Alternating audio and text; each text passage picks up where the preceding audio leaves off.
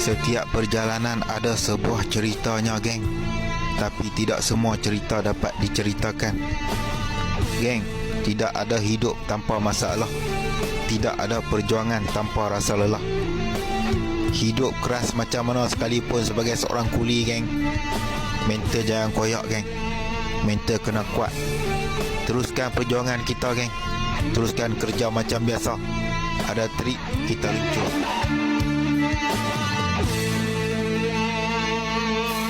Sejati itu yang kau ucapkan,